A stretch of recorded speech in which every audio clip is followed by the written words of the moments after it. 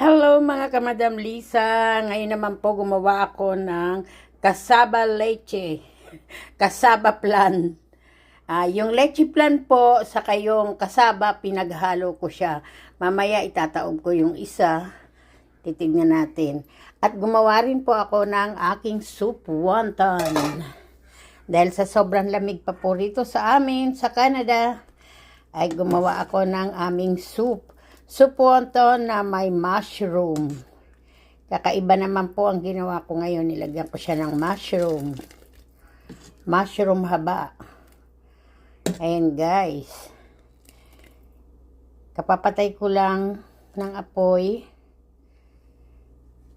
At mamaya-maya kakainin namin to at ang dessert namin. Cassava plant. Ito na ang cassava plant at ang aking masarap na soup.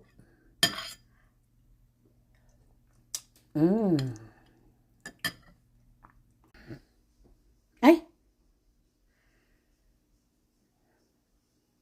Hello?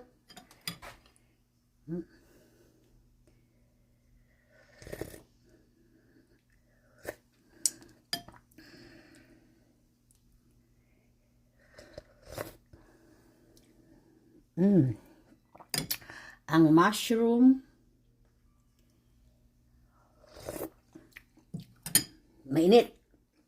Kakaiba naman po itong ginawa ko ngayon na soup wonton na may mushroom haba.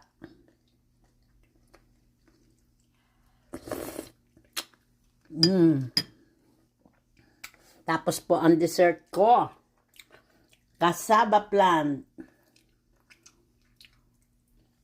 Okay guys, thank you. Sana po panoorin nyo to mula umpisa hanggang dulo.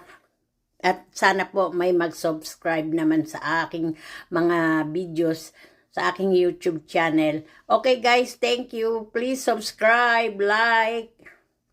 Bye-bye!